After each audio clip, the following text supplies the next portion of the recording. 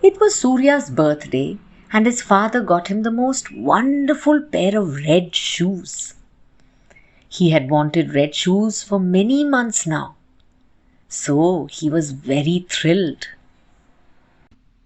The next day, the first chance he got, he wore his red shoes and he went to play football. And he thoroughly enjoyed playing.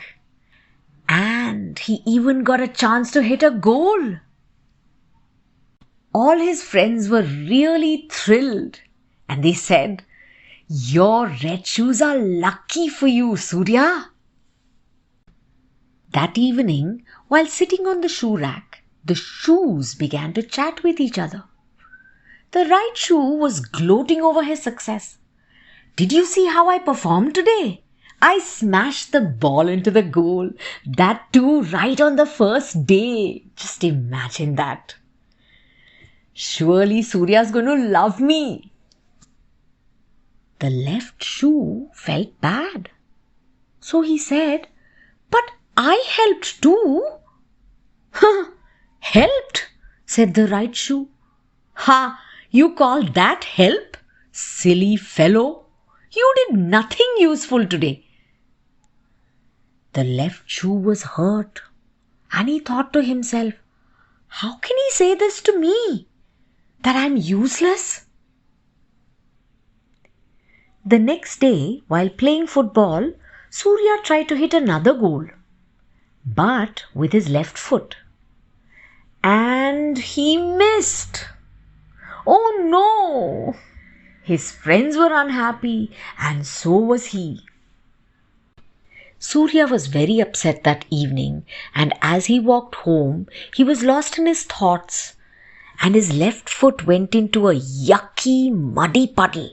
Chi chi chi chi chi. In the night, the right shoe was also very upset with the left shoe. So he said, "How could you play so badly? And can't you see you're stepping into a muddy puddle?" The left shoe was aghast. And so he said, "But it wasn't my fault. It was Surya's fault." Yeah. Right. Not your fault, huh? I told you, you are useless. And not only useless, but worthless too. Surya and I don't need you. We'll be better off without you. I wish you get lost. The left shoe felt very bad and humiliated. He cried and he cried. And then he quietly got off the shelf and hid behind a cupboard. The next day it was football time again.